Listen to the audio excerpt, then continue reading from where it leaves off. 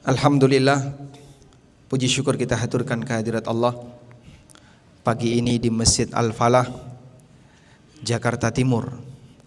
Allah Subhanahu wa taala mengumpulkan kita dalam rangka untuk belajar. Semoga Allah menjadikan ini sebagai salah satu di antara taman-taman surga yang disebutkan oleh Nabi sallallahu alaihi wasallam, wa idza marartum bi riyadil jannah farta'u. Apabila kalian melewati taman-taman surga, maka merapatlah. Wa ma riyadul jannah ya Rasulullah, dan apa yang dimaksud dengan taman surga itu ya Rasulullah? Beliau mengatakan hilakuz zikri, halaqah zikir. Tapi Pak, kegiatan kita kan bukan zikir, Pak. Kegiatan kita kegiatan kajian. Zikir itu bagian dari kajian, atau kajian itu bagian dari zikir. Karena itu Allah Subhanahu wa taala sebutkan di surat Al-Jumu'ah, ya ayyuhalladzina amanu idza nudiya lis-salati min yaumil jumu'ah fas'au ila dzikrillah. Wahai orang yang beriman, apabila dipanggil di hari Jumat, terdengar suara azan di hari Jumat, Allah mengatakan apa? Fas'au ila dzikrillah, bersegeralah menuju zikrullah. Jumatan disebut oleh Allah dengan zikrullah. Anda bisa lihat kegiatan Jumatan itu apa, Pak? Yasinan atau tahlilan? Apa kegiatan Jumatan? Yang satu berkhutbah, yang lain mendengarkan. Kenapa forum seperti ini disebut dengan zikrullah? Karena kegiatan Jumatan peringatan Allah disebutkan. Peringatan Allah yang disebut, yang dimaksud adalah ayat-ayat Al-Quran, hadis-hadis Nabi sallallahu alaihi wasallam. Sehingga makna majlis zikrullah salah satunya adalah majlis dzukira fihi ayatul Quran. Majlis yang di situ disebutkan ayat-ayat Al-Quran. Wa dzukira fihi ahaditsun Nabi sallallahu alaihi wasallam. Majelis yang di situ disebutkan hadis-hadis Nabi SAW. Majelis yang di situ disebutkan peringatan dari Allah. Itulah majelis zikrullah. Maka Nabi SAW menyebut forum kajian sebagai forum zikrullah, halaqah zikir, karena di forum kajian ayat Al-Quran dibacakan, hadis Nabi SAW dibacakan. Karena itu ketika Bapak Ibu sedang hadir di majelis ilmu, Anda juga perlu memahami bahwa kita sedang di majelis zikir. Nabi SAW ngasih motivasi, wa idza marartum bi riyadil jannah farta'u. Kalau kalian melewati taman-taman surga, merapatlah. Dan salah satu di antara taman surga itu adalah halaqah zikir. Salawat dan salam semoga selalu tercurah untuk junjungan kita Nabi Agung Muhammad sallallahu alaihi wasallam. Atas perjuangan besar beliau dalam membimbing umat, sehingga kita bisa merasakan indahnya Islam sampai saat ini. Kita mau bahas tentang bagaimana salat yang dilakukan oleh seorang hamba bisa semakin bermakna, menghayati aktivitas salat yang kita lakukan. Ada sebuah kaidah yang bunyinya seperti ini: kathratul imsas tuzilul ihsas. Terlalu sering berinteraksi itu akan menghilangkan tingkat sensitivitas. Gitu ya. Interaksi yang terlalu sering akan menghilangkan tingkat sensitivitas. Orang akan sensitif ketika baru pertama kali melakukannya. Kalau sudah yang kedua, yang ketiga, yang kesekian, yang bahkan puluhan, tingkat sensitifnya hilang. Bahkan mungkin sudah tidak ada lagi perasaan sensitif dalam dirinya. Kasratul imsas tuzilu al-ihsas. Seringnya berinteraksi itu bisa menghilangkan tingkat sensitif seseorang. Baik. Seorang jamaah umroh, ketika pertama kali dia umroh, begitu melihat Ka'bah, nangis, Pak. Putaran pertama nangis, tawaf putaran kedua nangis, bahkan sampai 7 kali putaran dia nangis. Karena pertama kali lihat Ka'bah. Dia sa'i pertama kali lihat bukit Sofa, Masya Allah, sampai nangis. Lihat banyaknya orang antara Sofa dan Marwah, dia nangis. Karena baru pertama kali. Begitu dia sholat, ingin selalu lihat Ka'bah. Dia cari shaf yang di depan, balik ke hotelnya lama, nggak balik-balik, karena dia pandangi terus itu Ka'bah. Hari yang kedua, nuansanya sudah mulai turun. Sehingga sebelumnya dia banyak berdoa di depan Ka'bah, sekarang doanya lebih mulai ringkas. Hari yang ketiga sudah kecantol di mall. Kenapa? Sensitifnya sudah hilang. Nah, terus solusinya bagaimana, Pak? Kalau terjadi seperti ini? Solusinya adalah tambahkan ilmu baru dari apa yang Anda lakukan untuk kegiatan ibadah yang selama ini Anda kerjakan. Orang mungkin bisa merasa, namanya sholat kan kayak gitu, Pak. Dari kecil sampai gede ya sholat seperti itu. Tapi kalau dia tidak mengupgrade ilmu sholatnya, sehingga hanya mengandalkan pengetahuan sholat yang sudah dia miliki dan sudah dia pelajari sejak SD dulu, yang terjadi apa? Tingkat sensitifnya hilang. Kalau tingkat sensitifnya udah hilang, nuansa khusyuknya nggak ada. Sehingga sholat hanya sebatas rutinitas. Alhamdulillah yang masih mau menjaga kewajiban. Kadang ada sebagian orang yang merasa bosan sampai akhirnya dia nggak mau sholat. Buat apa sholat? Saya tidak mendapatkan ketenangan dalam sholat. Saya tidak mendapatkan kedamaian batin ketika sholat. Saya tidak mendapatkan keuntungan materi dari sholat yang saya kerjakan. Akhirnya dia tinggalkan sholat. Dan itu terjadi karena dia tidak mengupgrade ilmunya tentang sholat. Rata-rata kita sholat adalah hasil pendidikan. Coba yang terakhir belajar sholat tahun berapa, Pak? Terakhir belajar sholat Bapak tahun berapa terakhir? Sebelum kajian pagi ini. Terakhir, sudah lupa, Pak ya? Ada. Dari mulai SD sudah belajar. Jadi terakhir itu SD kelas berapa? Oh iya. Iya, artinya dari mulai belajar dari SD udah mulai belajar sholat. Maaf Ustaz. Dari SD udah mulai belajar sholat. Terakhir untuk memperdalam bagaimana sholat itu khusyuk itu sekitar sebulan yang lalu melalui Ustadz Dr. MH di Masjid Hijau. Nah itu yang mungkin kalau ditanya terakhir belajar tentang bagaimana kekhusyukan sholat. Terima kasih. Baik, alhamdulillah, terima kasih ya. Sebulan yang lalu ya, upgrade ilmu tentang sholat dari SD. Terus setelah itu mungkin tidak belajar secara intensif, baru belajar lagi sebulan yang lalu. Itu selisihnya berapa tahun dari SD sampai sebulan yang lalu?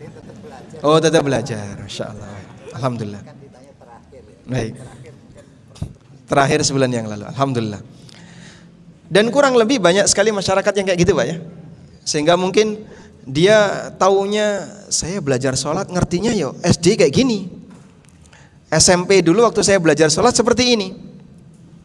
SMA dulu waktu belajar sholat seperti ini. Sampai usia 50 tahun, 60 tahun gak pernah menyentuh lagi kajian tentang masalah sholat atau edukasi tentang masalah sholat. Bahkan kalau ada kajian kok temanya sholat, udah biasa. Paling juga itu-itu aja yang dibahas. Gak ada sesuatu yang baru.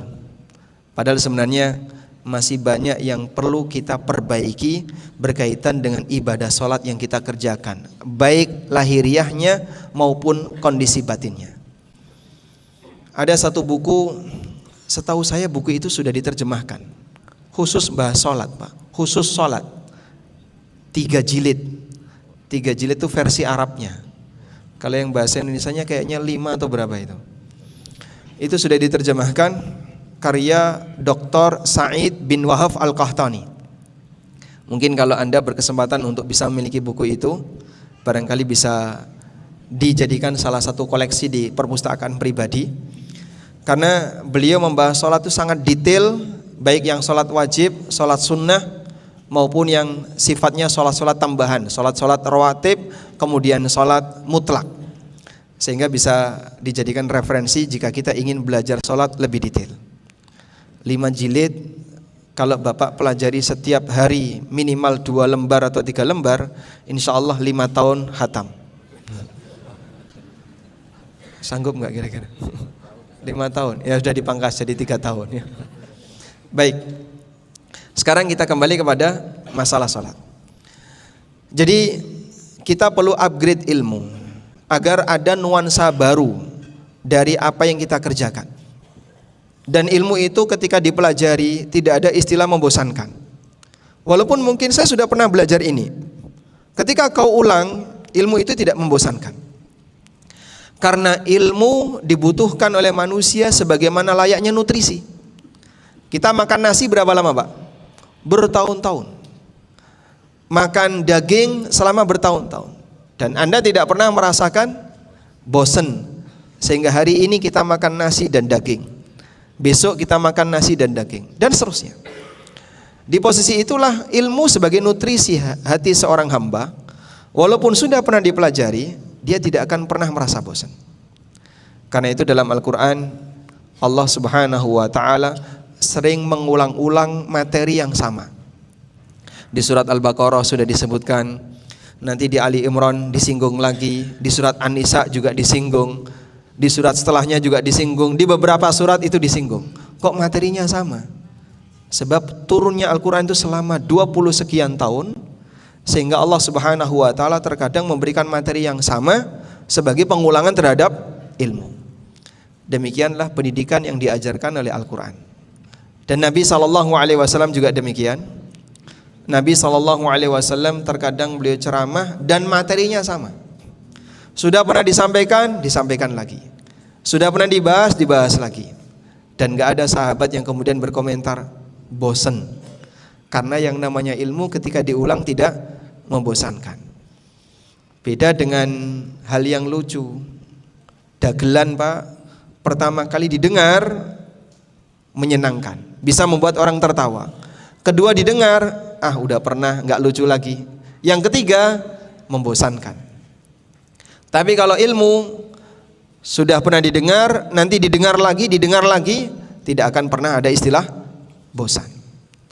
Rasulullah SAW sering sekali beliau ceramah mengangkat tema surat Qaf. Sampai ada seorang sahabiat mengatakan, "Ma hafidtu surat Qaf illa min fi'in Nabi SAW hina yakhtubu 'alal mimbar." Tidaklah aku menghafal surat Qaf kecuali melalui lisan Nabi SAW ketika beliau berkhutbah di atas mimbar. Jadi kira-kira seorang sahabiat ini kan tidak ikut Jumatan. Dia mungkin mendengar di balik tembok Masjid Nabawi, tapi hanya mengandalkan mendengar dari luar masjid. Butuh berapa kali untuk bisa sampai hafal satu surat Qaf? Berarti kan berkali-kali. Ini salah satu di antara bukti bahwasanya Rasulullah SAW terkadang mengulang tema yang sama di beberapa khutbah. Maka kalau Anda menjumpai materi yang sama, sudah pernah, jangan dikomentari ya. Ilmu tidak ada istilah membosankan. Selanjutnya, dalam masalah ilmu salat mungkin ada bagian yang tidak kita ketahui, tapi serpian-serpian bagian itu dijelaskan dalam beberapa forum. Ketika Bapak ikuti, niatkan dalam rangka untuk mengupgrade atau setidaknya mempertahankan ilmu yang sudah pernah ada. Salah satu di antara pengaruhnya, kalau Anda mempelajari sesuatu yang baru, akan muncul tingkat sensitif yang baru. Nah, kalau sudah muncul sensitif yang baru, salah satu di antara pengaruhnya adalah nuansa khusyuk itu bisa diperbarui. Baik. Berikutnya, pada saat orang dalam keadaan khusyuk dalam sholatnya, dia bisa mendapatkan ketenangan batin. Dan ketenangan batin inilah yang membuat seorang hamba merasakan kenikmatan dalam ibadah yang dia kerjakan. Walaupun mungkin bisa jadi dia capek. Sebab orang yang capek fisik tapi hatinya senang, selesai melakukan, bisa nggak Pak dia merasa bahagia? Bisa.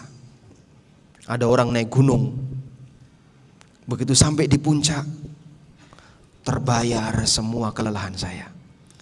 Sehingga ketika dia berada di puncak gunung, lihat pemandangan yang demikian indah, capeknya dia gimana Pak? Terlupakan semuanya.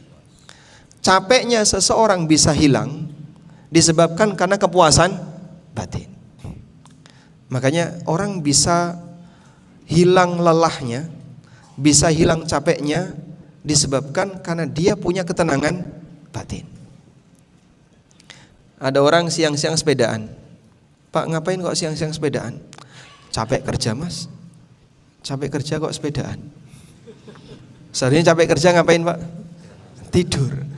Tapi pelampiasan dia capek kerja, sepedaan. Kenapa sepedaan disebut pelampiasan capek kerja? Dia merasa bahagia. Dia merasa senang dengan kegiatan sepedaan yang dia lakukan. Dia merasa senang ketika naik gunung. Dia merasa senang ketika arung jeram. Dia merasa senang dengan olahraga yang dia lakukan. Itu sebagai pelampiasan untuk melepas capek. Ini meninggalkan kelelahan dunia, beralih dengan aktivitas dunia yang lain. Sebab ternyata melepas kelelahan itu tidak harus dengan diam, tidak harus dengan tidur. Melepas kelelahan juga bisa dilakukan dengan aktivitas yang lain. Bagi mereka yang hanya berpikir tentang masalah duniawi, melepaskan kelelahan fisik dialihkan dengan cara memindahkan aktivitas dunia satu ke aktivitas dunia yang lain.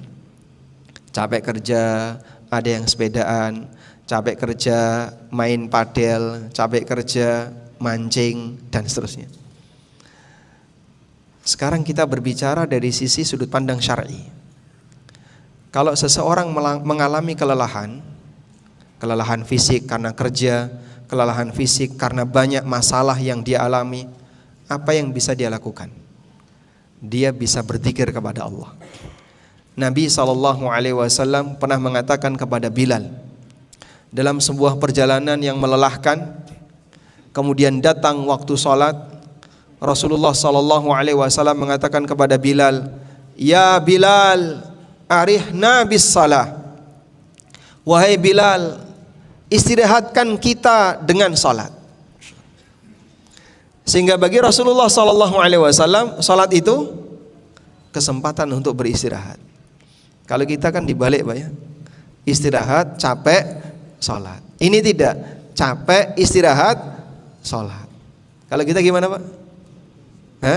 Salat, capek, istirahat. Kalau ini dibalik, capek, salat, disitulah mereka bisa beristirahat. Sampai Nabi SAW mengatakan kepada Bilal, "Ya Bilal, arihna bis salah." Wahai Bilal, istirahatkan kita dengan salat. Masya Allah. Sehingga salat dijadikan sebagai sarana untuk istirahat.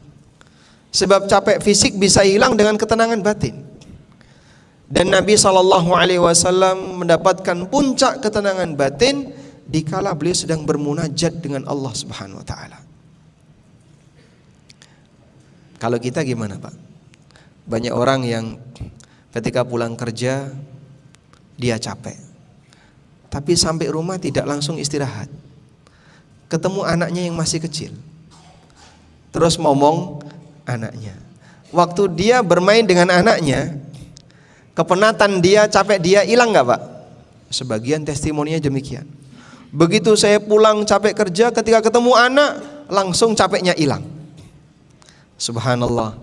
Ternyata kondisi psikologi seorang hamba lebih dominan pengaruhnya dibandingkan fisiknya. Dari sinilah kita diajarkan, kalau Anda bisa menjadikan ibadah itu sebagai tempat untuk menenangkan diri Anda, tempat agar kita bisa bermunajat dengan Allah secara maksimal, tempat di mana Anda bisa merasakan kebahagiaan, maka insya Allah Anda akan bisa menjadikan ibadah sebagai tempat untuk istirahat. Rasulullah SAW pernah mengatakan dalam hadis dari Anas bin Malik radhiyallahu anhu, hadis riwayat Ahmad dan yang lainnya, "Wa ju'ilat qurratu aini fis shalah." Ketenangan batinku dijadikan oleh Allah Ta'ala ketika salat.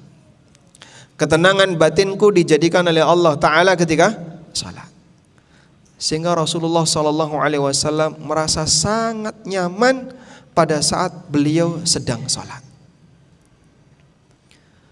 pada posisi ketika orang sangat nyaman ketika melaksanakan ibadah, maka walaupun mungkin fisiknya lelah, tapi beliau tidak terasa.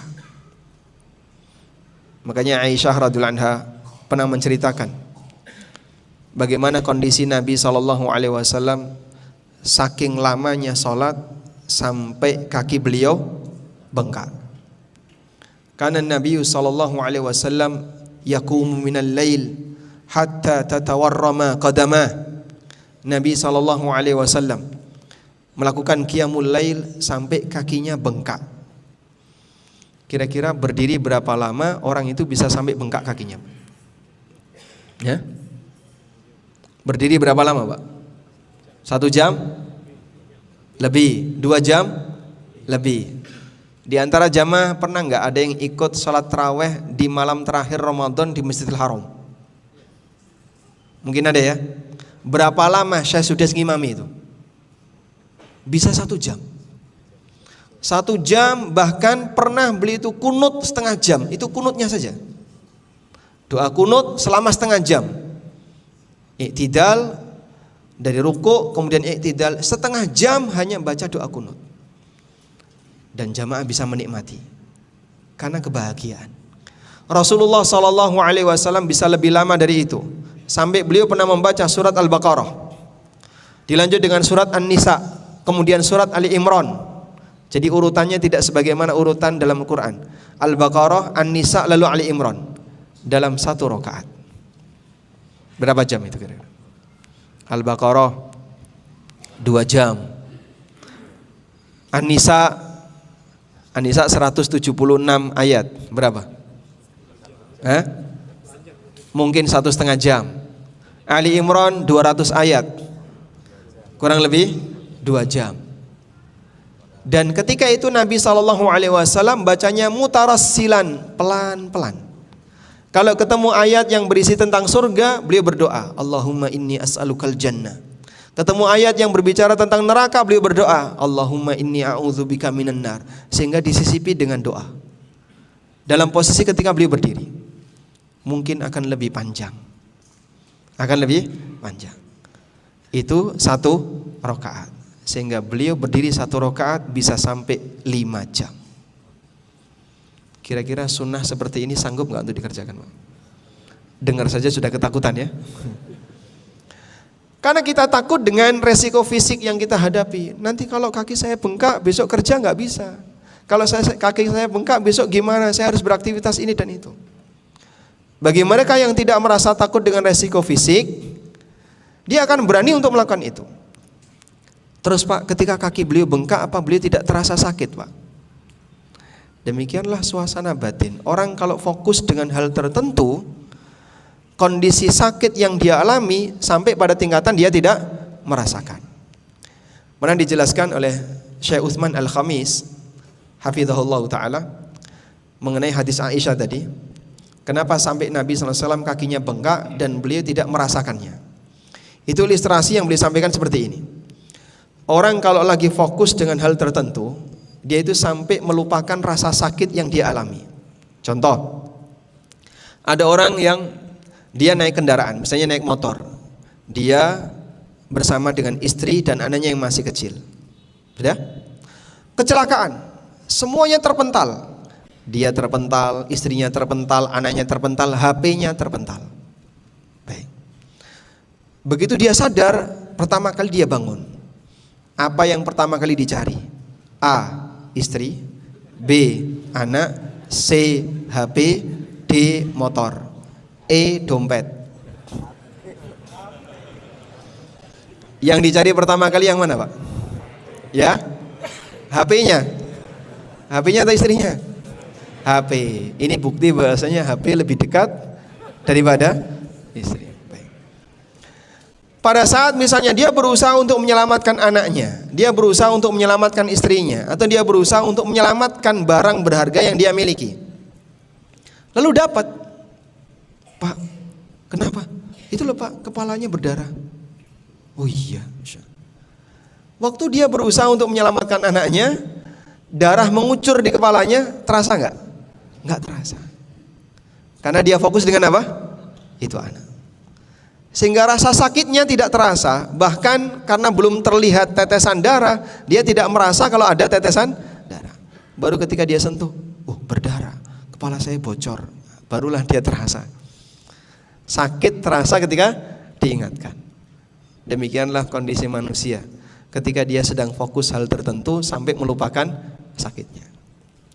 Maka Nabi SAW pada waktu sholat, kenapa beliau bisa tidak terasa ketika kakinya bengkak, sehingga istrinya yang melihat kaki beliau bengkak, tapi beliau tidak terasa karena saking fokusnya dengan ayat yang beliau baca. Pada waktu peristiwa perang Dzatur Riqa,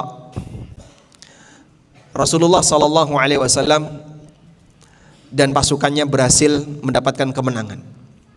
Lalu mereka kembali ke Madinah dengan membawa ghanimah dan tawanan perang. Salah satu di antara tawanan itu adalah seorang wanita yang suaminya melarikan diri sehingga suaminya selamat. Nah, ketika Nabi SAW melakukan perjalanan balik menuju Madinah, suaminya ini berusaha untuk membebaskan istrinya. Maka dia ngikutin gerakan pasukan ini dari kejauhan. Sampai akhirnya datang waktu malam, Rasulullah SAW meminta kepada sahabat, siapa di antara kalian man yahrusuna, siapa di antara kalian yang sanggup untuk berjaga. Ammar bin Yasir angkat tangan, dan sahabat yang kedua adalah Abbad bin Bishr. Dua sahabat yang bersiap untuk berjaga, Ammar bin Yasir dan yang satunya siapa? Abbad bin Bishr. Baik. Dalam posisi ketika mereka berjaga, Abbad menawarkan kepada Ammar, kamu dulu yang tidur atau aku yang tidur? Kemudian Ammar mengatakan, baik, biar aku dulu yang tidur, silahkan kamu yang jaga duluan. Akhirnya Abbad bin Bishr jaga duluan, Ammar istirahat. Di keheningan malam, Abbad ingin merasakan bacaan Al-Quran. Akhirnya beliau sholat, mulailah beliau membaca surat Al-Kahfi. Dalam situasi itu, orang musyrik yang tadi hendak membebaskan istrinya, dia berusaha untuk membunuh Abbad. Dipanah dari kejauhan, Pak, tepat mengenai badan Abbad. Dalam posisi Abbad sedang membaca surat Al-Kahfi, panah itu nancep dan dia lanjutkan sholat.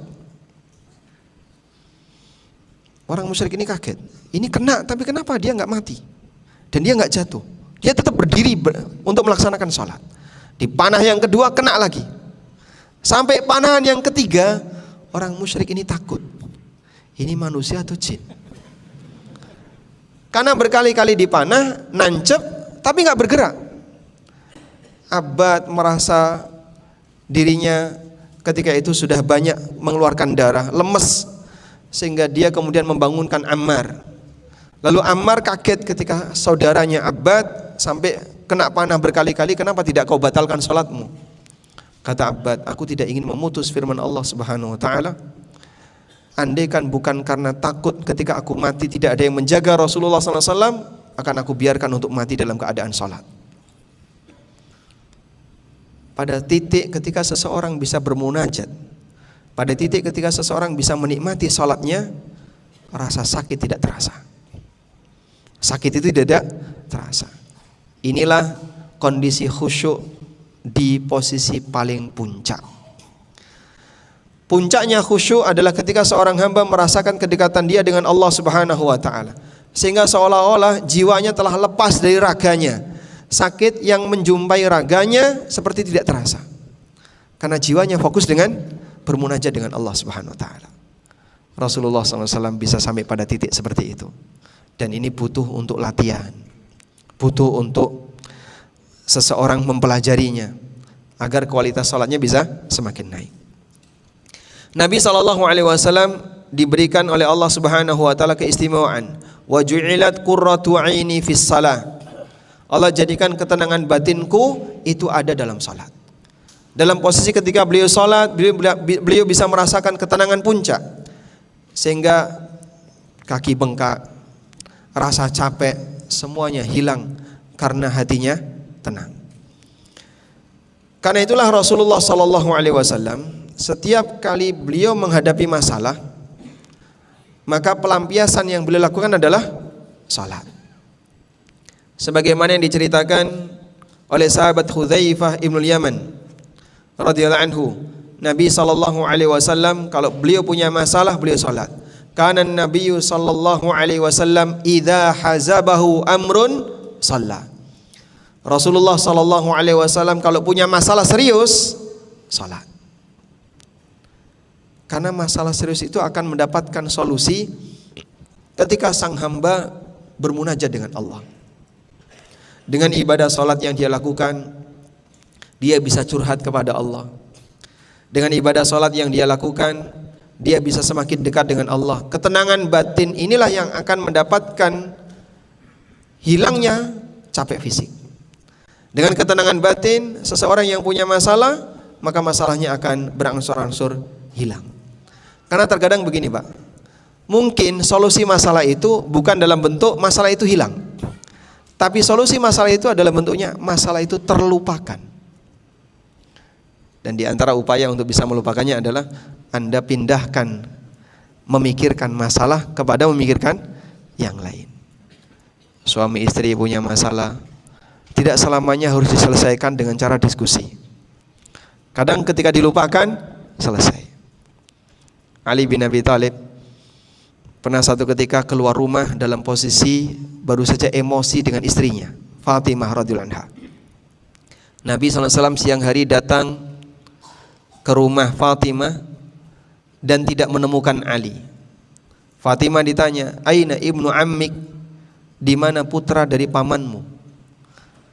Nabi ingatkan bahwasanya suamimu masih punya hubungan kekerabatan dengan kamu. Di mana putra dari pamanmu? Lalu kata Fatimah radhiyallahu anha, "Laqad ghadabani falam yakil indi." Tadi dia sempat emosi sama aku, lalu berantem, layaknya suami istri berantem.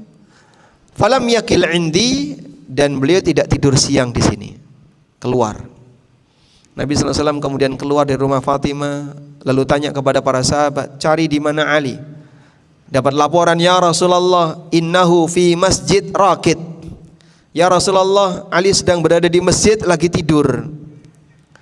Datanglah Nabi SAW ke masjid. Dalam posisi Ali bin Abi Thalib sedang tidur, badannya terkena tanah. Dibersihkan oleh Rasulullah SAW. "Kum ya Aba Turab." Bangun wahai Abu Turab. Bangun wahai Abu Turab. Turab itu apa artinya? Tanah. Bangun wahai Abu Turab. Bangunlah wahai orang yang terkena tanah. Ali bangun, pulang, masalah selesai.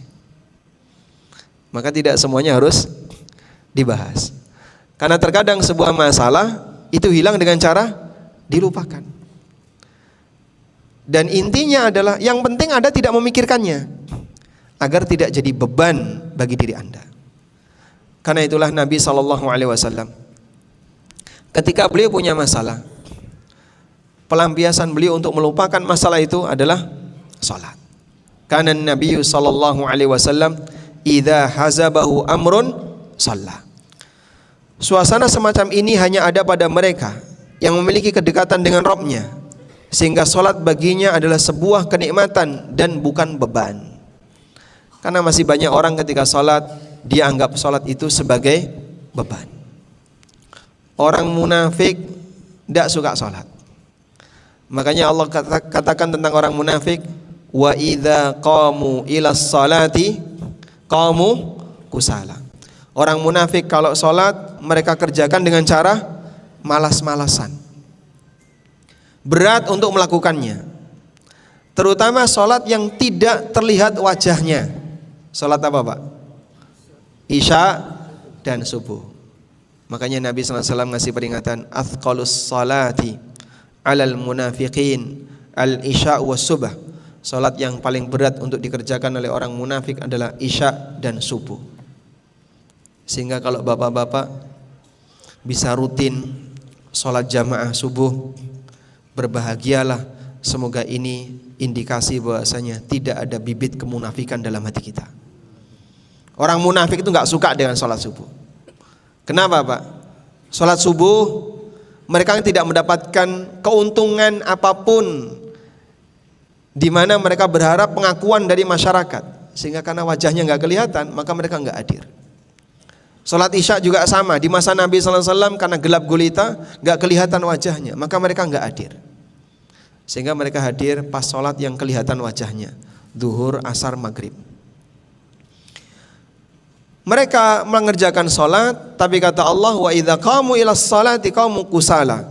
Ketika mereka sholat malas-malasan, gak suka dengan sholat yang dia kerjakan. Anda bisa ngukur, Pak.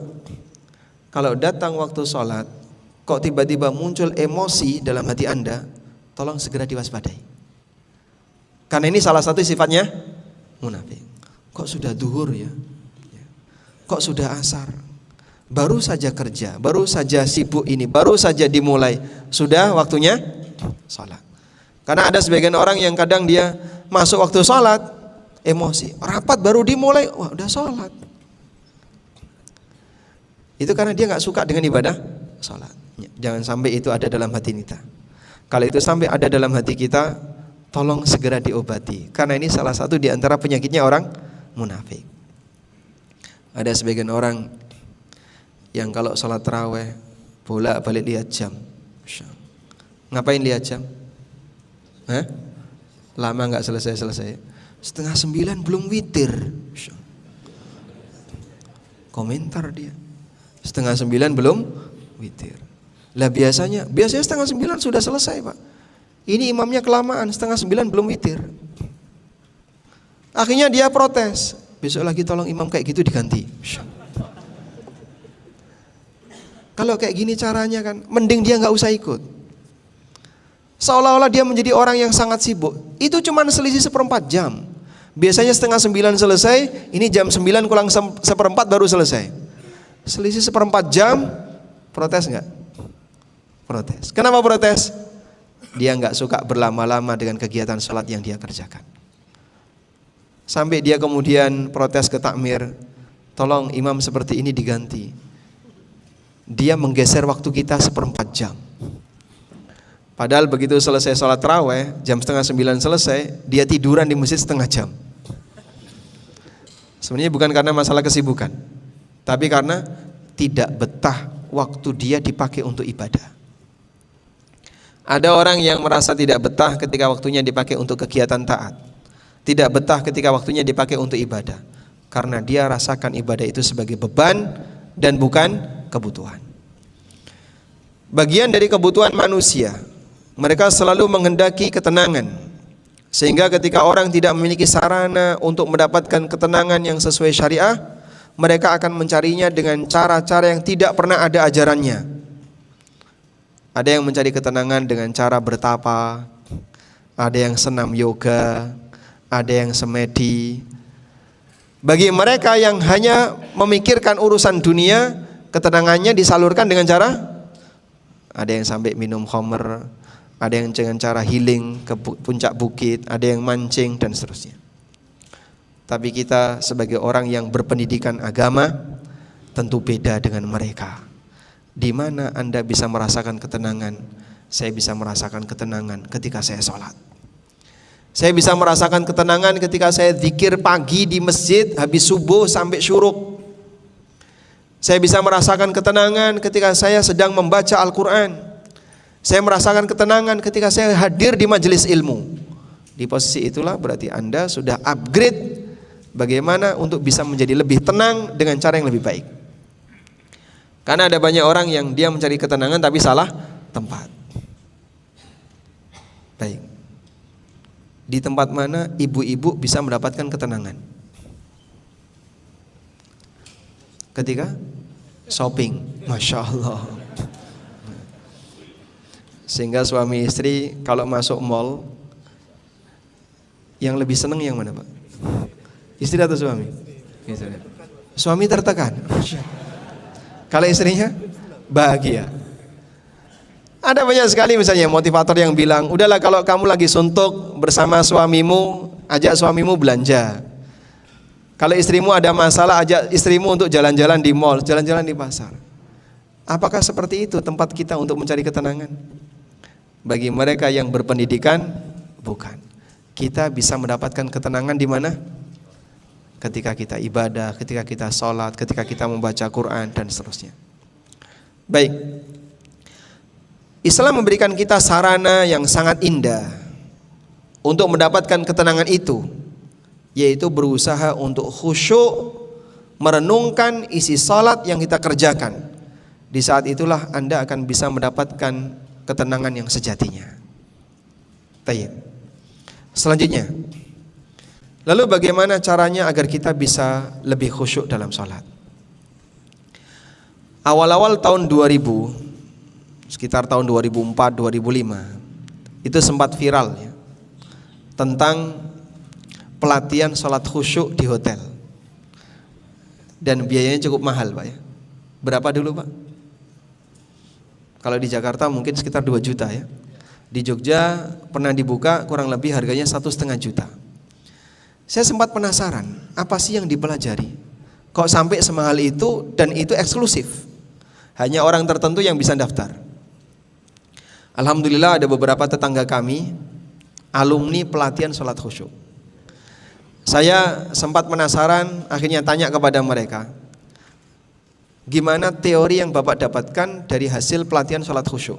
Cara untuk khusyuk itu kayak gimana? Ternyata jawabannya beragam Pak. Ada yang bilang, saya bisa merasakan kekhusyuan ketika saya sholat, seperti di depan saya itu ada kain putih bersih, sehingga dia ketika sholat membayangkan sesuatu yang putih ada di depannya. Ada juga yang bilang, saya bisa merasakan kekhusyuan ketika saya sholat, saya membayangkan Ka'bah, seolah-olah Ka'bah ada di depan saya. Nggak bikin miniatur Ka'bah di rumahnya. Yang ketiga, ada yang bisa merasakan ketenangan sholat ketika saya merasa seperti di luar angkasa. Kanan kiri saya gelap penuh dengan bintang-bintang. Ada yang merasakan ketenangan sholat ketika dia seolah-olah berada di samping sungai surga. Terdengar suara gemericik air seperti suara gemericik air surga. Kesimpulan saya, ini alumninya sama tapi kok cara memahami khusyuk beda-beda. Akhirnya saya juga penasaran, masa kayak gini yang disebut dengan khusyuk dalam sholat? Saya berusaha untuk menggali beberapa referensi. Ketemulah sebuah buku yang ditulis oleh Dr. Sa'id bin Wahab Al-Qahtani, judulnya Al-Khusyu'u fis Shalah. Buku itu salah satu referensi yang saya gunakan untuk menulis kitab tafsir salat. Intinya kata beliau rahimahullah, bahwa khusyuk dalam salat itu didapatkan ketika orang menghadirkan hati pada waktu mengerjakan apa yang sedang dia lakukan. Menghadirkan hati itu bentuknya gimana Pak? Memikirkan apa yang sedang dilakukan. Sehingga dalam salat hatinya memikirkan salat yang dia kerjakan. Pertanyaannya, terus yang dipikirkan apa? Kembali kepada pertanyaan, yang kamu kerjakan dalam sholat itu apa? Dalam sholat itu ada dua Pak, gerakan dan bacaan. Maka orang yang khusyuk dalam sholat, dia memikirkan gerakan dan dia memikirkan bacaan dalam sholatnya. Sehingga bentuk mengendalikan pikiran ketika sholat adalah ketika pikiran itu diajak fokus untuk memikirkan gerakan dan bacaan dalam sholat. Baik, sekarang bagaimana contoh memikirkan gerakan? Bentuk memikirkan gerakan dalam sholat itu ada dua. Satu, dia berpikir bagaimana cara melakukan gerakan sholat yang benar, sehingga saat dia mulai sholat, dia berusaha gimana cara angkat tangan ketika takbiratul ihram yang benar, bagaimana cara sedekap yang benar, bagaimana cara rukuk yang benar, bagaimana cara i'tidal yang benar. Setiap kali dia melakukan gerakan, dia mikir gimana cara melakukan gerakan ini dengan benar. Ketika dia berusaha seperti itu, nanti akan ada nuansa serius memikirkan sesuatu dalam salatnya. Itu satu poin khusyuk.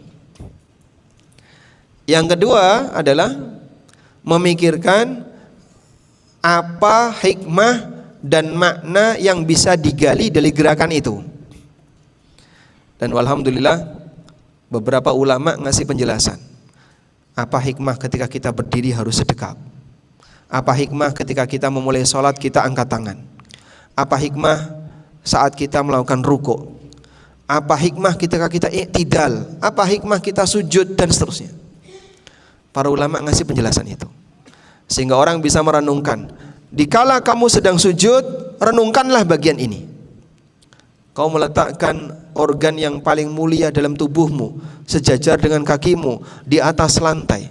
Di saat itu kau sedang berada di puncak ketundukan di hadapan Allah, dan kau memuji Allah dengan mengucapkan Subhana Rabbiyal A'la, Maha suci Rabbku yang Maha Al-A'la, yang Maha tinggi. Di saat kita sedang merendah di hadapan Allah, kita memuji Allah dengan menyebut Allah Zat yang Maha tinggi. Nah, itu contoh sederhana. Nah, kalau begitu, saat Anda bisa melakukan seperti ini, berganti dari satu gerakan ke gerakan yang lain, pikiran Anda akan fokus sibuk dengan semua yang ada dalam salat. Maka Nabi SAW menyebut salat itu kegiatan yang menyibukkan. Inna fis salati la syughla. Sesungguhnya dalam salat itu sudah banyak kesibukan. Makanya ketika salat jangan ditambahkan dengan kesibukan yang lain. Karena orang ketika salat dia sudah sibuk, maka jangan disibukkan dengan yang lain. Baik. Demikian pula ketika dia melakukan gerakan-gerakan yang lain. Dia rukuk. Saat rukuk dia merenungkan. Orang kafir diperintahkan oleh Allah untuk rukuk dan mereka enggak mau rukuk.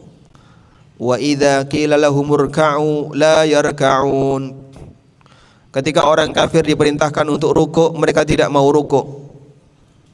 Maka kita diperintahkan rukuk dan aku mau rukuk.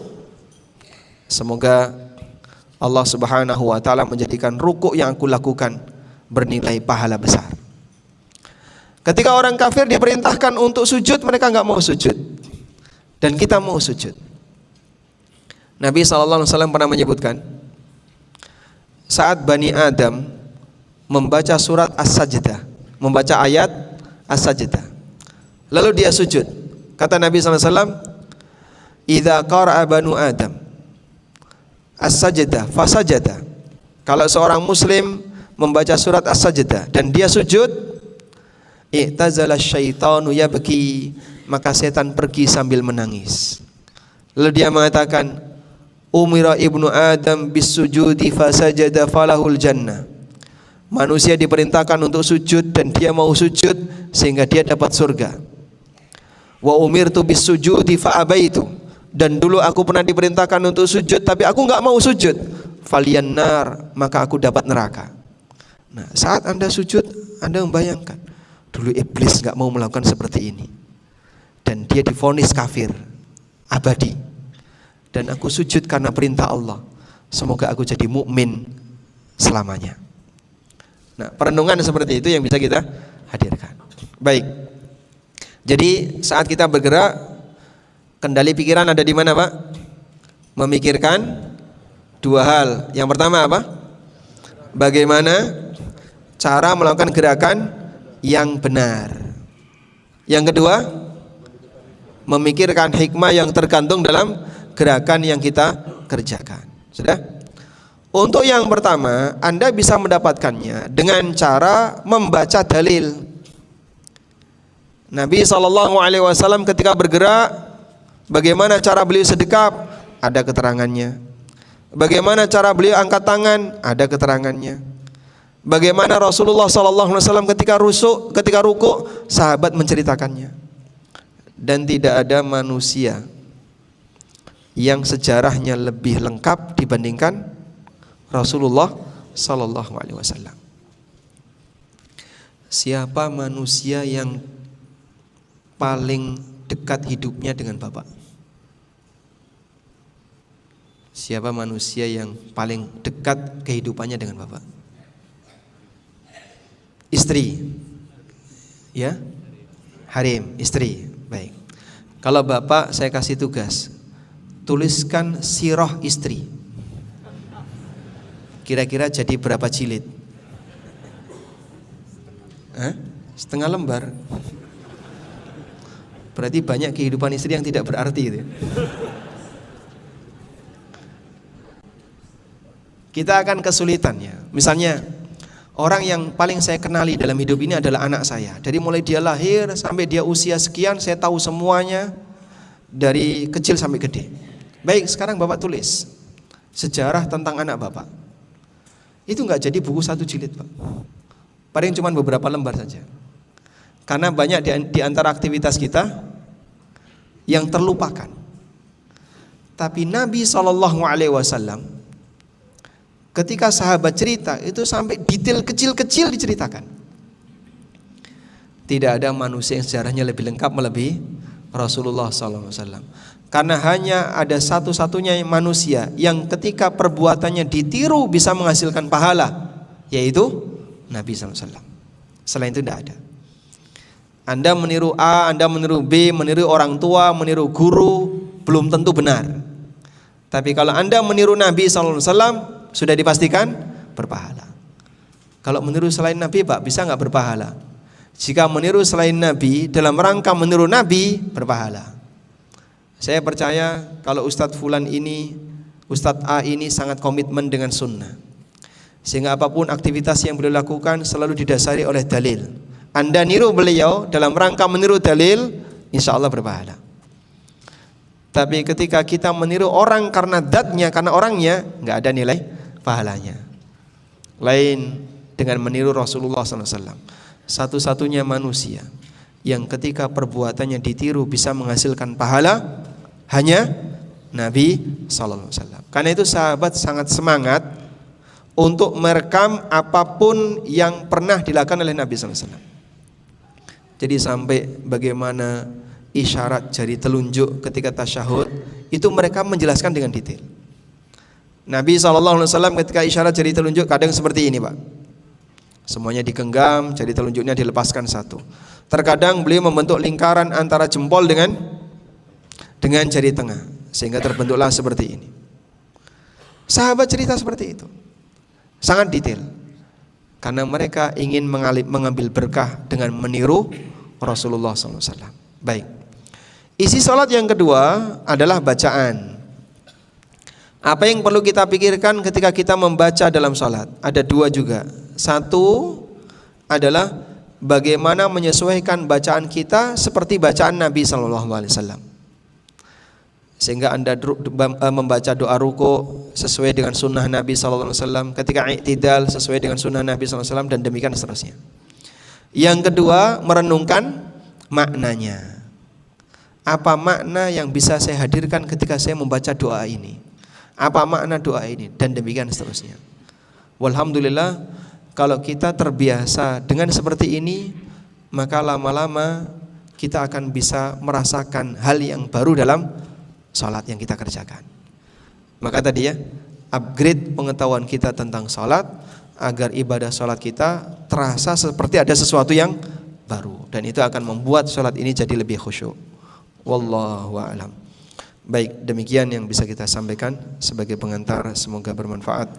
Wassallallahu ala nabiyyina Muhammadin wa ala alihi wa sahbihi wasallam.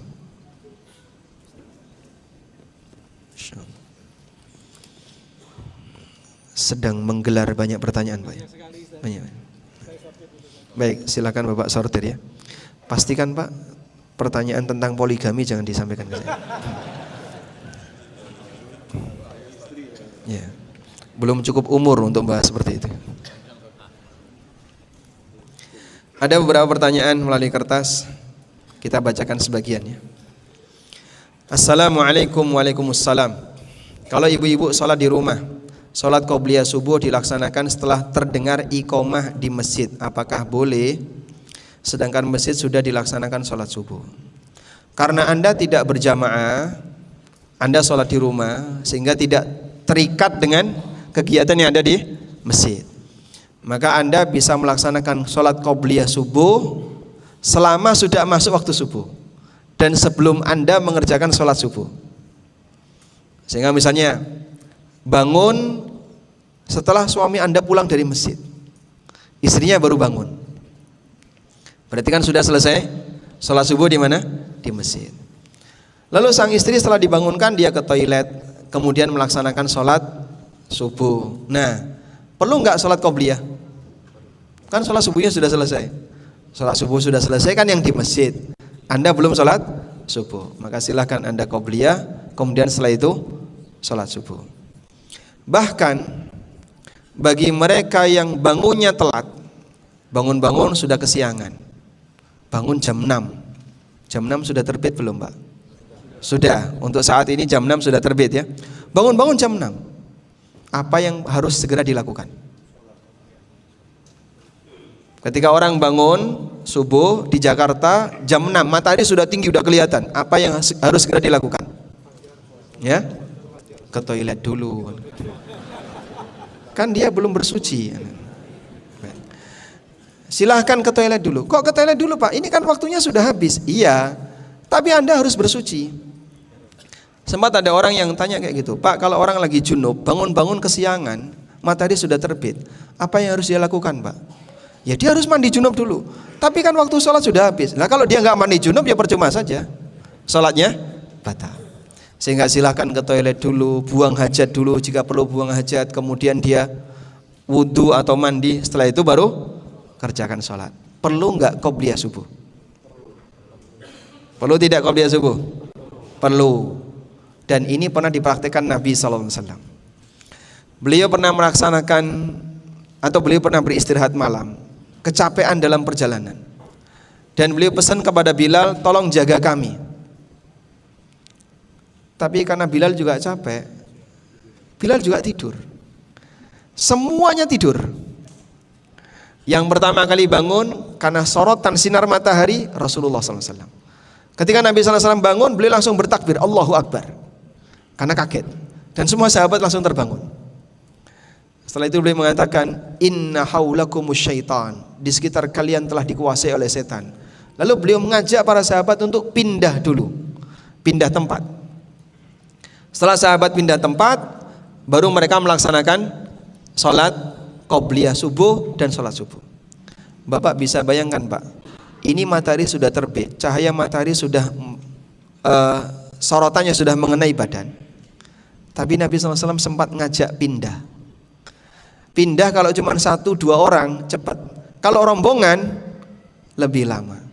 Begitu sudah pindah, mereka ada yang buang hajat, mereka ada yang wudhu. Setelah itu Bilal azan, kemudian sholat qobliyah subuh, terus baru sholat subuh, walaupun matahari sudah tinggi.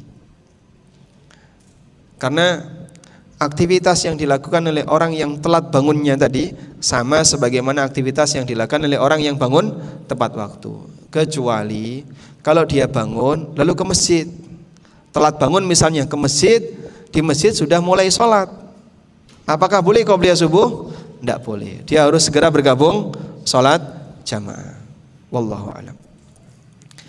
Pada tahiyat akhir selesai memanjatkan doa untuk keselamatan dunia akhirat dan untuk doa untuk orang tua, apakah diperbolehkan? Jawabannya boleh. Dianjurkan di tasyahud akhir seusai baca sholawat kita baca doa apa? Memohon perlindungan dari 4 hal. Setelah itu kata Nabi SAW, wal yatakhayyar minad du'a'i ma syaa. Orang boleh milih doa apapun yang dia kehendaki. Sehingga doa minta kepada Allah untuk kebaikan dunia maupun akhiratnya silahkan.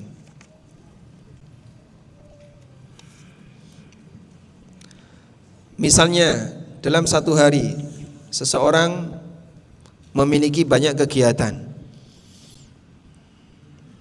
sibuk dengan kegiatan, dan itu kegiatan penting, dan orang itu hanya punya waktu sebentar untuk sholat. Bagaimana bisa mendapatkan ketenangan dalam sholat jika hanya punya waktu sedikit? Sedangkan kalau sholat hanya sebentar dan terburu-buru, terasa kurang khusyuk dan tenang. Ya, ini salah satu di antara resiko ketika seseorang terlalu sibuk dengan kegiatan. Maka kalaupun sibuk dengan kegiatan, jangan tiap hari. Ya, sesekali kadang sibuk, sesekali kadang longgar. Sehingga kalau Anda bekerja di posisi Anda selalu sangat sibuk, mungkin perlu minta keringanan kepada atasan, bisa enggak ada tenaga bantuan agar Anda tidak dikejar dengan aneka kesibukan. Tujuannya adalah ada waktu bagi Anda untuk beristirahat, sebab Anda butuh untuk melakukan kegiatan-kegiatan yang lain. Selanjutnya, kalaupun dalam satu ketika Anda harus sangat sibuk, manfaatkanlah waktu malam. Rasulullah SAW pernah mengatakan, alaikum birrauhati wad dulja. Gunakanlah waktu pagi, siang, wa syai'un minad dulja, dan sebagian di waktu malam. Al-qasda tablughu, lakukan dengan sederhana kau akan sampai. Jadi beliau menggambarkan manusia hidup ini seperti melakukan perjalanan menuju Allah. Kalau kamu melakukan perjalanan menuju Allah dengan cara berlari kenceng, kau cepat capek. Tapi kalau kau melakukan perjalanan yang panjang ini dengan cara jalan santai, sederhana, tidak terlalu berlebihan, kau akan sampai dengan selamat. Nah, itu beliau arahkan bagi mereka yang sibuk, silahkan ambil waktu pagi, sore, dan sebagian di waktu malam. Pagi dan sore isinya apa, Pak? Zikir. Sehingga di pagi dan sore kita banyak zikrullah, zikir pagi petang. Dan malam isinya apa? Qiyamul lail. Makanya para sahabat yang punya kesibukan diberikan oleh Nabi SAW wasiat amal yang ringan, seperti Abu Hurairah. Abu Hurairah itu punya kesibukan apa? Murajaah hadis. Lebih dari 5.000 hadis ada pada memori Abu Hurairah, dan beliau rajin memurajaah hadis itu. Abu Hurairah radhiyallahu anhu diberi wasiat oleh Nabi SAW. Ausani khalili bithalathin. Rasulullah SAW memberikan nasihat kepadaku dengan 3 amalan. Apa saja, Pak? Puasa 3 hari tiap bulan. Yang kedua, sholat witir sebelum tidur. Satu lagi, sholat duha 2 rakaat. Berat atau ringan ini, Pak? Berat atau ringan, Pak? Ya? Kalau cuma sehari ringan. Yang berat apa? Istiqomahnya. Itu amalia Abu Hurairah, karena beliau termasuk salah satu di antara sahabat yang punya banyak kesibukan. Maka mungkin Anda bisa tiru yang seperti ini. Kalau memang Anda adalah orang yang sangat sibuk, minimal beberapa ibadah tadi dipertahankan. Wallahu a'lam. Assalamualaikum. Waalaikumsalam. Istri saya sering menunda sholat isya nanti di tengah malam. Katanya sekalian sholat tahajud. Jadi dia tidur dulu walaupun belum sholat isya. Apakah kebiasaan ini baik? Bagaimana menasihatinya untuk sholat tepat waktu? Rasulullah SAW bersabda, atau beliau SAW diceritakan oleh sahabat, kana Nabi SAW naha 'anil naumi qabla al-isya wal haditha ba'dahu.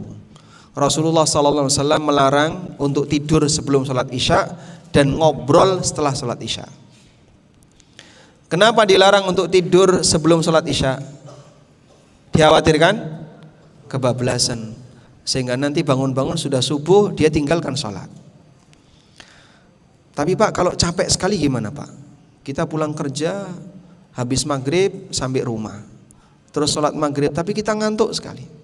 Boleh nggak Pak tidur sebelum isya? Ya kalaupun Anda harus tidur sebelum isya, pasang pengaman.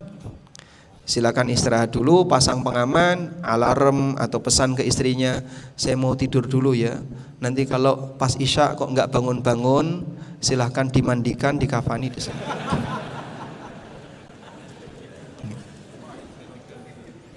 Baik. Jadi sah-sah saja misalnya istri Bapak sengaja mengambil waktu istirahat sebelum sholat isya, tapi wajib pasang pengaman. Nah, kalau pengamannya sampai tengah malam, suaminya kan sudah tidur itu, Pak. Alarm cukup nggak, Pak? Ya kira-kira kalau beliau bisa menjaga komitmen, begitu alarm bunyi langsung bangun, silakan. Namun yang perlu dicatat di sini, satu, sholat isya itu batas maksimalnya sampai tengah malam. Jam berapa Pak? Ya tergantung pergeseran waktu malam ya. Bisa jam 12, bisa setengah 12. Karena kan waktu sholat kita bergeser Pak ya, tergantung posisi matahari. Kalau matahari lagi di selatan, siangnya lebih panjang, seperti sekarang. Matahari ada di utara, siangnya lebih pendek. Baik. Sehingga kalau ada orang yang secara sengaja menunda sholat isya melebihi tengah malam, berarti dia terhitung orang yang menunda sholat dan dia berdosa. Kemudian yang kedua, pastikan dia harus pasang pengaman. Bisa alarm atau orang yang belum tidur agar jangan sampai dia meninggalkan salat Isya. Wallahu a'lam. Assalamualaikum. Waalaikumsalam. Bolehkah salat sambil memejamkan mata supaya khusyuk? Yang lebih sesuai sunnah adalah mata terbuka. Makanya Nabi SAW ketika salat, beliau melihat kejadian yang ada di sekitarnya. Pernah satu ketika beliau salat, ada kambing mau lewat. Nah, kambing kan nggak bisa ditahan ya, karena kambing, Pak. Makanya orang kalau mau lewat di depan orang yang salat, perintahnya apa? Tahan. Kalau nggak bisa ditahan, ini manusia atau bukan? Sehingga ketika beliau lihat kambing mau nyeruduk, mau melewati depan beliau ketika salat, beliau yang maju, merapat ke arah tembok. Kambingnya tetap lewat, tapi di belakang beliau. Hal yang sama juga bisa Anda lakukan ketika ada anak kecil yang belum bisa dikasih tahu. Sehingga kadang dia mondar-mandir di depan kita ketika kita sholat. Maka dalam kesempatan itu silakan Anda maju, dia biar lewat di belakang kita. Atau dalam situasi tertentu, ada istri Anda atau suami Anda, Pak saya mau lewat, karena jalurnya cuma itu, dan Anda menutupi jalan dia. Jangan bertahan terus, aku lagi sholat, terserah kamu. Kasihan nih, dia lagi nunggu ini Pak, mungkin dia butuh banget untuk segera lewat. Bapak silahkan maju, ibu silahkan maju, lalu nanti dia bisa lewat di belakang. Sehingga sholat kita tidak harus mengganggu aktivitas orang lain, jika dibutuhkan seperti itu. Baik. Kemudian bagaimana kalau merem? Memejamkan mata ketika sholat tidak sesuai sunnah, tapi tidak sampai membatalkan sholat. Oleh karena itu, kondisi tidak sesuai sunnah ini, jika tujuannya dalam rangka untuk lebih khusyuk, maka ini menempuh jalur khusyuk yang tidak sesuai sunnah. Karena pertimbangan khusyuk dan tidak itu bukan masalah yang penting perasaan saya tenang, tapi praktek kamu apakah sudah sesuai aturan atau belum, itu yang pertama. Baru ketika Anda kerjakan sesuai aturan, kemudian di balik itu Anda merasakan ketenangan, inilah khusyuk yang sejatinya. Maka ibadah itu standarnya bukan perasaan, tapi apa? Aturan. Akan tetapi jika kebutuhan Anda memejamkan mata itu karena faktor tertentu, misalnya terlalu banyak gangguan di depan saya Pak, sajadahnya terlalu ramai, atau ada banyak gambar di depan saya, atau ada orang yang pakai sarung dan ada mereknya persis di depan saya, gajah bola. Bayangan kita biasanya gajah duduk, kok ini gajah bola. Ini mesti niru produk orang ini. Malah kepikiran masalah bisnis. Saya teringat kajian Ustadz ini, Ustadz. Subhanallah. Kalau situasi seperti itu, Anda membaca misalnya ada orang pakai kaos dengan aneka kalimat-kalimat yang lucu, udah silakan Anda merem kalau emang terlalu ganggu. Kadang ada sebagian orang yang sholat, di belakangnya ada orang yang sholat tapi pakai kaos yang pendek. Saat sujud kelihatan apa Pak? Ya?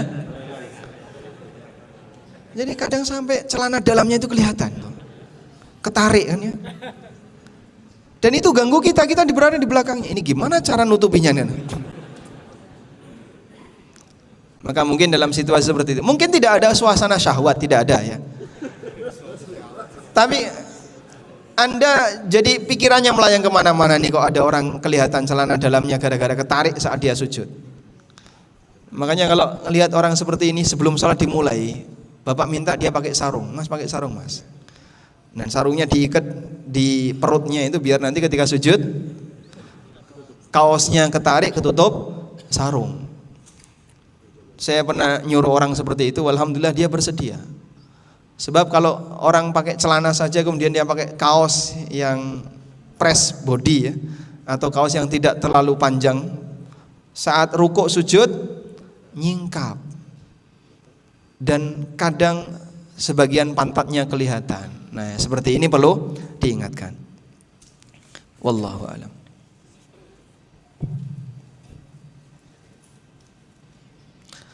Assalamualaikum. Waalaikumsalam. Saya pernah dengar jika ingin khusyuk dalam salat maka hadirkan Allah dalam salat kita.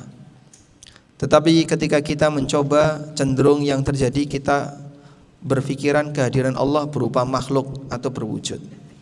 Mohon penjelasannya.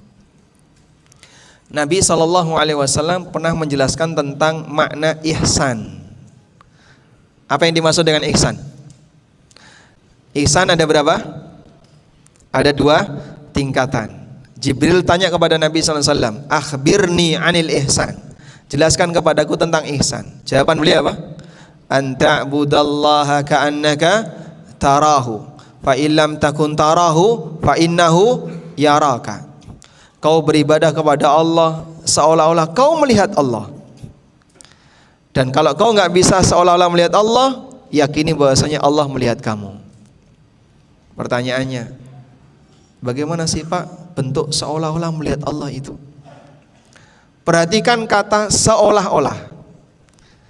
Bisa nggak Pak kita melihat Allah Pak? Bisa? Kapan seorang hamba bisa melihat Allah? Ketika dia di surga.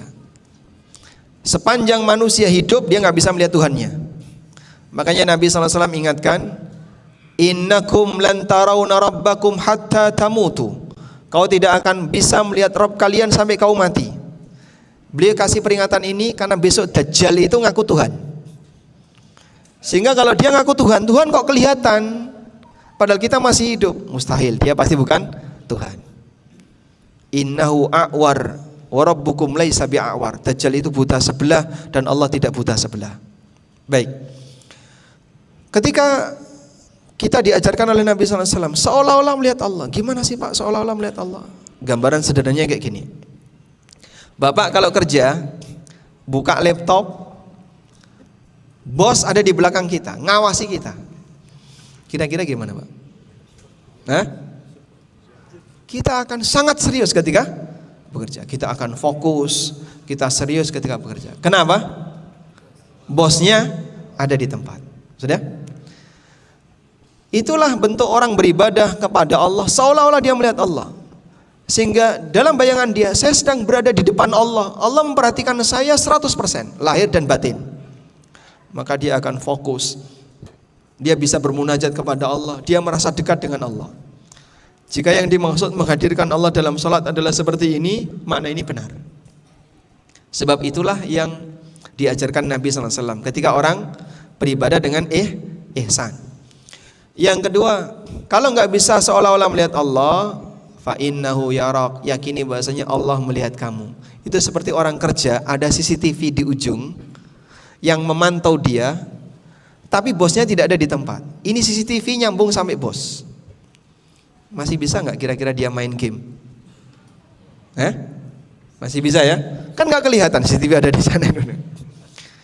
Sehingga kualitas khusyuk seseorang yang kedua ini lebih rendah daripada yang pertama. Maka mungkin pikirannya melayang kemana, terus balik lagi, orangnya di masjid tapi batinnya sudah sampai dapur. Orangnya di masjid, batinnya sudah sampai pasar. Tapi kadang hilang, kadang nyambung, kadang hilang, kadang balik. Itu karena dia tidak bisa ihsan tingkatan yang pertama, dia bisa ihsan tingkatan yang kedua. Dan yang paling parah kalau ihsan tingkatan kedua sudah tidak ada, akhirnya ibadahnya asal-asalan. Wallahu a'lam.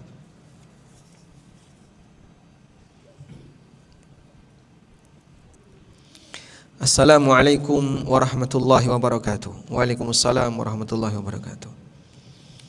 Alhamdulillah saya merasa nyaman dan tenang saat sholat.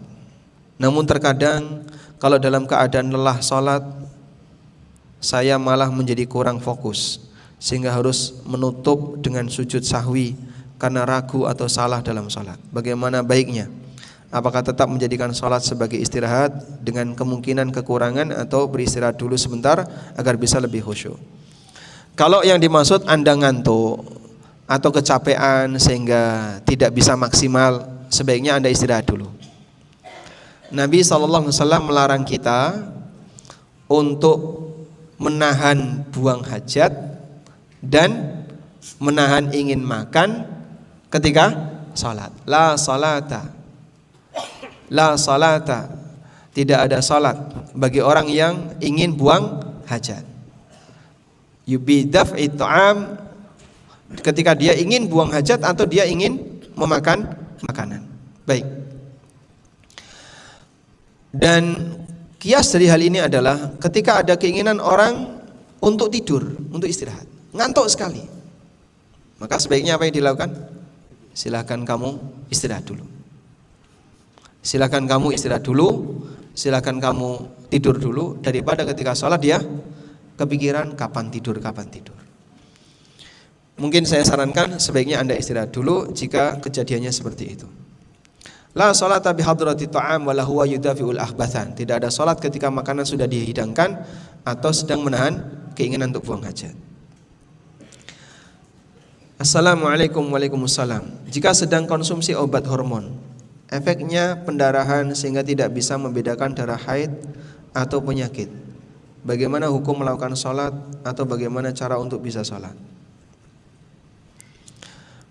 Kalau sampai Anda mengalami pendarahan yang tidak putus, posisi Anda sebagai wanita istihadhah, maka cara untuk membedakan mana haid dan mana istihadhah dengan menggunakan 3 indikator. Dan ini sifatnya hierarkis. Urutannya 1, sesuai kebiasaan waktu haid sebelumnya. Sebelum ibu mengkonsumsi obat hormon tadi, haidnya biasanya tanggal berapa sampai tanggal berapa? Biasanya Pak, tanggal 1 sampai tanggal 7 awal bulan. Baik, berarti ketika keluar darah di tanggal itu Anda statusnya haid. Di luar itu Anda bukan haid. Yang kedua, jika tidak punya kebiasaan, biasanya Anda haidnya kapan? Enggak jelas Pak. Kadang awal, kadang tengah, kadang akhir. Tanggalnya enggak karuan. Berarti Anda tidak punya acuan kebiasaan. Maka acuannya beralih ke ciri darah. Bisa enggak Anda mengenali ciri darahnya? Kalau ciri darahnya haid yang biasa Anda alami, misalnya warnanya seperti ini, aromanya seperti ini, baik, kenali berdasarkan ciri darah.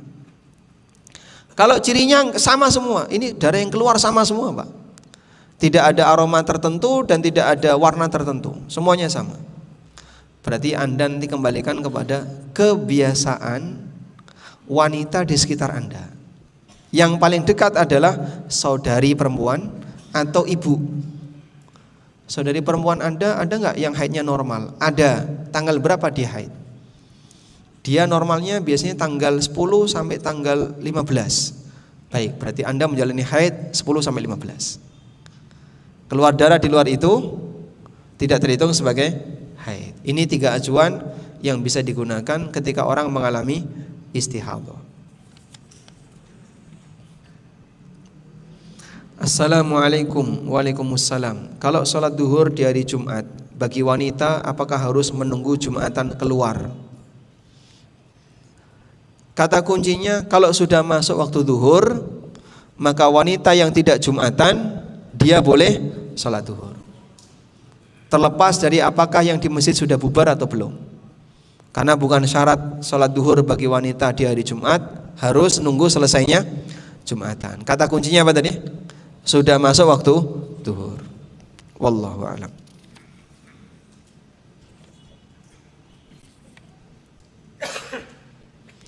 Assalamualaikum. Waalaikumsalam.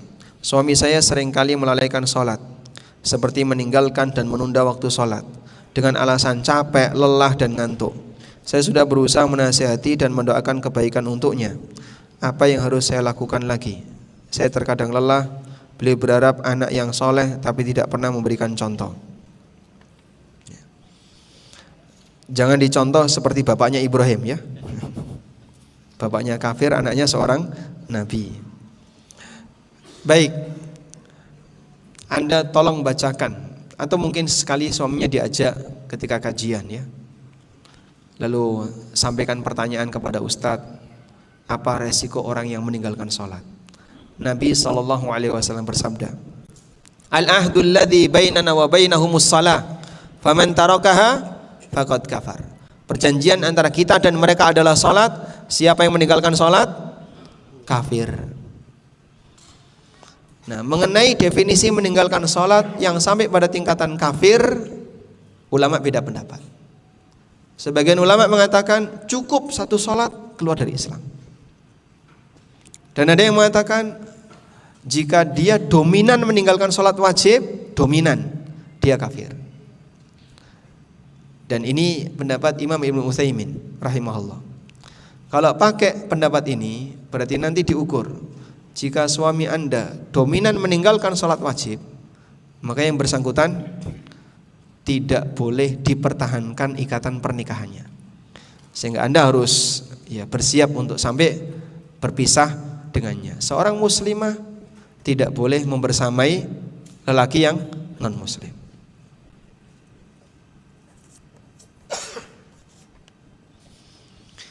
Assalamualaikum warahmatullahi wabarakatuh. Waalaikumsalam warahmatullahi wabarakatuh. Bagaimana caranya kita mengatasi rasa was-was dalam menjalankan ibadah sholat? Padahal kita sudah berusaha untuk khusyuk dalam sholat, mentadabburi bacaan sholat, tapi terkadang rasa was-was itu datang membuat sholat kita tidak khusyuk. Kalau was-was yang dimaksud adalah Anda teringat dengan aneka hal yang membuat Anda jadi hilang khusyuknya, ini terjadi pada hampir semua orang. Saya mengalaminya, Bapak Ibu juga mengalaminya. Ketika kita sedang sholat, di tengah sholat kita menyusun agenda apa saja yang akan kita kerjakan setelah sholat. Habis ini mau ngapain saja, habis sholat ini saya akan A, B, C, D. Gitu Pak ya?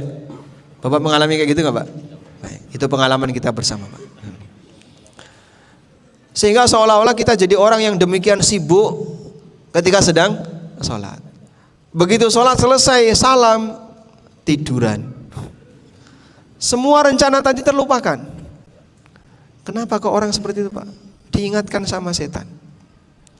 Ada setan yang secara khusus bertugas menggoda orang yang sholat. Setan khinzib. Nah, si khinzib ini mengganggu orang, uzkur kada, uzkur kada, uzkur kada. Lima li syai'in alladzi lam yadhkur. Sesuatu yang seharusnya tidak dia ingat, diingatkan sama setan. Ingat ini, ingat ini. Kamu kan setelah ini akan ini kan? Kamu setelah ini akan ini kan?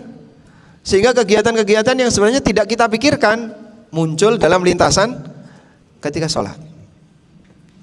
Rasulullah SAW ajarkan, kalau seperti itu terlalu dominan, yang dilakukan apa? Meludah ke arah kiri sebanyak 3 kali. Tapi meludah dominan angin bercampur titik air ludah, sehingga tidak mengganggu jamaah di sebelah kirinya. Prakteknya kayak gimana sih Pak? Masa praktek di sini kan tidak sopan ya. Dengan definisi insya Allah Anda sudah paham. Dan Anda baca a'udzubillahi minasyaitonirrajim, lalu meludah ke arah kiri seperti tadi sebanyak 3 kali. Insya Allah Allah akan hilangkan gangguan tadi. Nah silakan dicoba, karena ini mujarab bagi sahabat atas petunjuk dari Nabi SAW. Mudah-mudahan juga mujarab bagi Anda. Wallahu a'lam. Baik, walhamdulillahirabbil alamin. Demikian yang bisa kita bahas. Semoga apa yang kita pelajari ini menjadi kajian yang bermanfaat. Allahumma anfa'na bima 'allamtana wa 'allimna ma yanfa'una warzuqna ilma. Wa sallallahu ala nabiyyina Muhammadin wa ala alihi wa sahbihi wa sallam. Wa akhiru da'wana alhamdulillahi rabbil alamin. Wassalamu alaikum warahmatullahi wabarakatuh.